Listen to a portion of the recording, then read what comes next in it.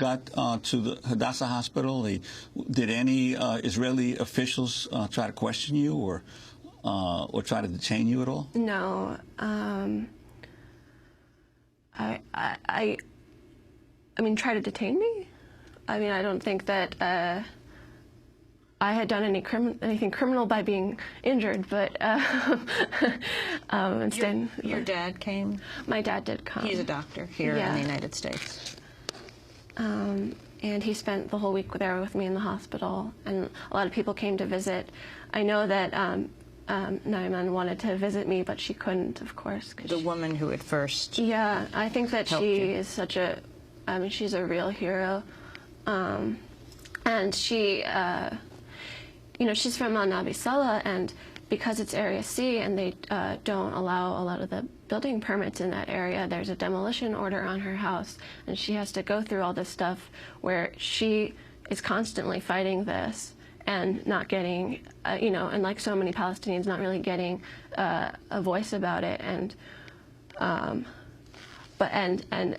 and I was there in the hospital, and so many people just came and showed me so much love. Some of the people from Sheikh Jarrah came, and just a bunch of my friends and everything, and it was great. Yeah. What kind of response have you gotten from the Israeli Jewish community and the Jewish community here at home? I guess it's mixed. I did anger a rabbi, I suppose, but I think that like some of the people that I've talked to understand that I'm coming to this from a humanitarian standpoint, and that because the Holocaust memory is third generation for me, I can distance myself from that that urgent need for a Jewish homeland and that kind of feeling of insecurity, and I can look at the situation and see that there are some basic inequalities going on. Emily, you're an artist. Yes. Since as long as you can remember. Basically, yes. You have been drawing. What does it mean to lose your eye?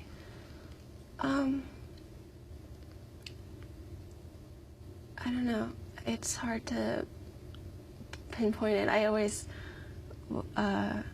been so fussy about my eyes. You know, I always wanted my prescription to be perfect, and I was scared of getting LASIK surgery because I didn't want anything to happen to my eyes.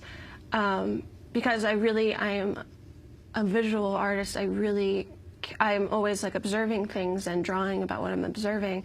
But I have realized that you only really need one eye. And it hasn't stopped me from being able to do my work, from walking around and just being a normal person. In a way, I have this kind of new appreciation for depth, because everything is a little bit, because now that my depth perception is kind of is weakened, it means that when I'm looking at something two-dimensional, I don't have that stereo cue to tell me that it's actually two-dimensional, and I can appreciate it more for its three-dimensional qualities. So that's kind of nice.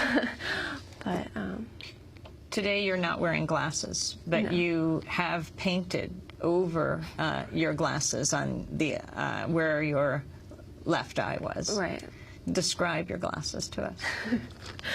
You know, there's not much. It's just really that I had gone to the surgeon, and I was asking him, you know, do I need an eye patch? What should I do?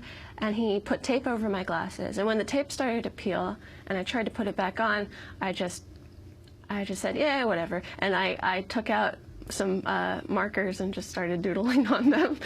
It's really nothing more than that. Just a kind of very quick decision.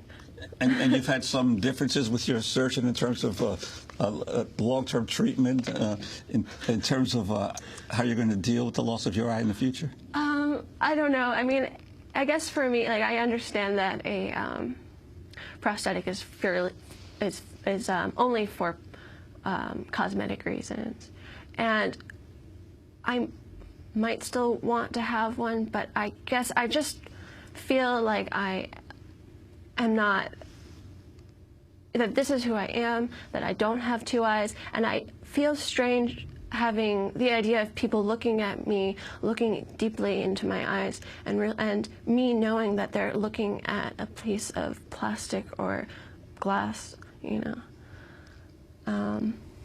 But he's been a great surgeon. He did really, really good work on me, and he's given me really great care. So it's just more on a philosophical basis, maybe, that we disagree. I want to say we did call the Israeli embassy and we asked them to join us. They declined an interview, but they did send us a statement that said, quote, "We express our deepest sympathy with Emily Henochowicz on her injury. Ambassador Oren and embassy officials have met privately with Emily and her family. We wish to stress that this unfortunate incident is currently undergoing investigation. This investigation will be thorough and transparent. It should be noted that the demonstration began as an illegal protest which turned violent and had to be dispersed with anti-demonstration means. Emily retains her full right to legal remedy as well as any claims with her insurance company." That's the statement of the Israeli embassy. What do they mean, your insurance company? Who's paying for what happened to you? Well, I mean, the hospital bill, we haven't actually signed the check yet because we're still hoping that we can get Israel to pay for what had happened to me. I mean, everything I've been getting in America has, of course, been under my insurance and out of pocket. So far, they will not pay? No, so far, no. And when they say that there's an investigation, has anyone interviewed you or talked to you about what happened that day from the Israeli government? I did. I had this investigation, I'm forgetting the word, like a week ago. They talked to me, but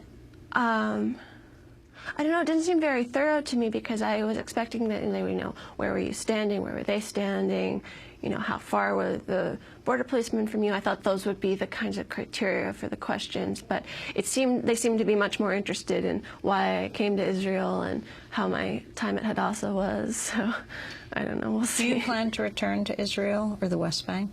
Definitely. You also have Israeli citizenship? I do. They haven't taken that yet, so.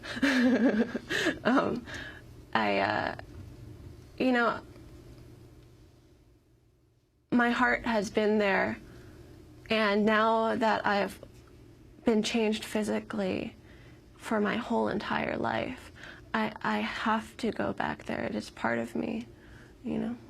And those people, I must say that one reason that I've felt so strongly about supporting the Palestinians is that they've been so incredibly friendly and open to me and other internationals, just really warm people, and I really I want to give them my love, you know, so I have to go back. Emily Henochowicz, I want to thank you very much for being with us. 21-year-old student here in New York, Cooper Union, going into her senior year, lost her eye in May after being shot in the face by an Israeli tear gas canister. She was protesting in the West Bank on the day that the Israeli commandos killed members of the Gaza aid flotilla on board those ships headed to Gaza. That does it for our show. Her art can be seen at thirstypixels.blogspot.com, and we'll link to them at democracynow.org. Democracy Now! Is produced by Mike Burke, Shrifdo Kadus, Aaron Mate, Anjali Kamat, Steve Martinez, Nicole Salazar. I'm Amy Goodman with Juan Gonzalez.